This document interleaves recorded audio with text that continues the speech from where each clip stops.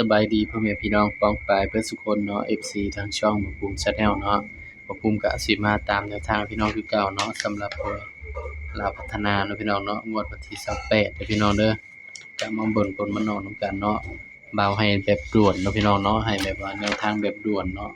นี่เนาะสำหรับให้แบบด่วนเนาะให้เด่น8กับ9เนาะพี่น้องเนาะเด่น8กับ9มาเบิ่งผลมานอนนำกันเนาะครับเนาะสำหรับข้างบนเนาะออก439เนาะข้างล่างออก3439เข้าแต่เด่นเนาะพี่น้องเนาะเบาให้ฟ้าวเนาะนี่ก็เลยแบบว่าให้สุดงบน้อยเนาะนี่9484เนาะมันออก39พี่น้องนี่ครับสำหรับเด่นนี่เข้าเนาะพี่น้องเนาะนี่แต่ว่าเจาะบ่เข้าเนาะนี่ถ้าเบาไปเจาะหลายมันก็สิเข้าอยู่เนาะแต่ว่าเบาฟ้าวเนาะพี่น้องเนาะนี่ยันลงคลิปบ่ทันเนาะนี่ก็เลยเข้าแต่ตัวเด่นเด้อพี่น้องเด้อสำหรับแนวทางเฮาเนาะก็ถือว่าไผเป็นสายรูดสายวิ่งก็คงสิปังเนาะพี่น้องเนาะให้เด่น8กับ9เนาะก็มาที่9เนาะ39พี่น้องเพราะฉะนั้นก็ไปกันต่อเนาะพี่น้องเนาะงวดวันที่30เนาะบัดนี้งวดวันที่30เด้อครับเด้อบัดนี้30มกราคม69เนาะสำหรับแนวทางเนาะพี่น้องเนาะ30มกราคม69เนาะงวดสุดท้ายของเดือนเด้อพี่น้องเด้อบัดนี้สำหรับงวดนี้ก็คืองวดสุดท้ายของเดือนมกราคมเด้อพี่น้องสำหรับคนลาวพัฒนาเนาะนี่ใครเป็นสายรูดสายวิ่งก็คงสิปังอยู่เนาะพี่น้องเนาะสำหรับใครเป็นสายรูดนะครับเนาะนี่งวดสุดท้ายของเดือนนี้เด้อพี่น้องนี่มันก็เอาไปเป็นแนวทางเลยเนาะพี่น้องเนาะบ่าวก็ให้เพื่อเป็นแนวทางเท่านั้นเนาะครับเนาะนี่ก็มาเบิ่งเด่นกันเด้อพี่น้อง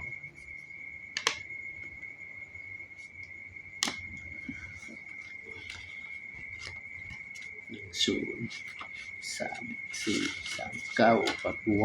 พี่น้องสูตรนี่ก็ถือว่าเดินดีเนาะพี่น้องเนาะนี่สำหรับสูตรนี่เดินดีเนาะนี่เข้ามาตลอดเนาะนี่บ้านเขียวกับปังเนาะมื้อนี้นะพี่น้องบ้านเขียวกับปังเนาะ2สูตรนี่ก็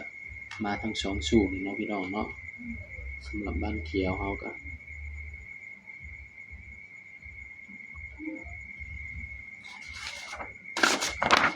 มาเบิ่งนำกันเนาะสิได้เด่นตัวใด439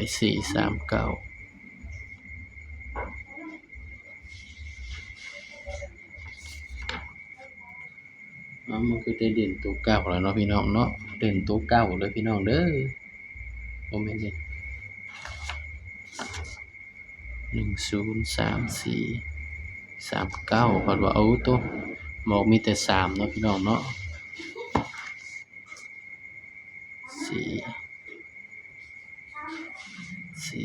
8 11 20 23 84 12 34โอ้เด่นสำหรับตัวเด่นเนาะพี่น้องเนาะเด่น2กับ3นะครับเด้อในวันที่30นี่เนาะพี่น้องเด่น2กับ3 9บวก3 2เด่น2กับ3นะครับเนาะก็มาจับคู่นำบ่ปูแม่นเนาะพี่น้องเนาะเด่น2กับ3สำหรับวินเด้อพี่น้องสูตรวินก็คือ2567เนาะครับเนาะนี่คือสูตรวินเนาะพี่น้องเด่น2กับ3เด้อในงวดวันที่30เนาะก็มาจับคู่นำกันเลยพี่น้องบัด24 25 26 27 34มันออกแล้วเนาะเพราะฉะนั้นบ่าวบ่เอาเนาะพี่น้องเนาะเป็น35 36 37 แล้วก็ขอเป็น32แทนเลยพี่น้อง37 38ก็ได้เนาะแต่ว่าเบาขอเป็น32แทนเนาะครับเนาะนี่สำหรับเด่นก็ให้เด่นที่2เด้อพี่น้องสำหรับเด่นเนาะให้เด่นที่2เนาะพี่น้องเนาะงวดวันที่30เนาะพี่น้องเนาะเด่นที่2ย้ำว่าตัวเลขก็เป็นเพียงแนวทางนะครับเด้อนี่มีเข้ามีหลุดเนาะพี่น้องเนาะ17 72 89สุด3ตัวเด้อพี่น้องเด้อ 127สูตรวินนี่ก็มักก็ไปตัดลิ้นเด้อพี่น้องเด้อนี่56 57เนาะสำหรับคลิปนี้เนาะก็ฝากไว้เพียงส่ำนี้เนาะพี่น้องเนาะอย่าลืมกดไลก์กดแชร์กดติดตามช่องเบาภูมิ Channel เด้อพี่น้องเด้อสำหรับคลิปนี้ก็สวัสดีครับ